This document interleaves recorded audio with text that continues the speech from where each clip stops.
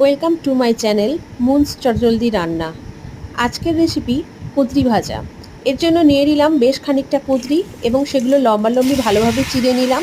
নিয়ে সুন্দরভাবে ধুয়ে নিয়ে তারপরে কড়াইতে তেল দিলাম।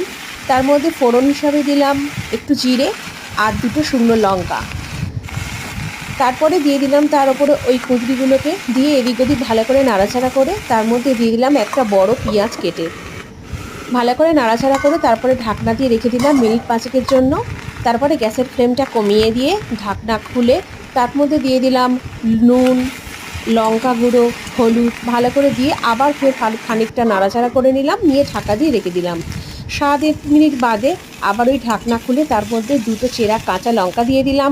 দিয়ে ভালো করে এদিক ওদিক ভালোভাবে ভেজে নিয়ে লাল লাল করে সুন্দরভাবে তৈরি হয়ে গেল আমাদের মজাদার কুঁদরি ভাজা। ভাতের সাথে প্রথম পাতে দিয়ে দিন এই কুঁদরি ভাজা।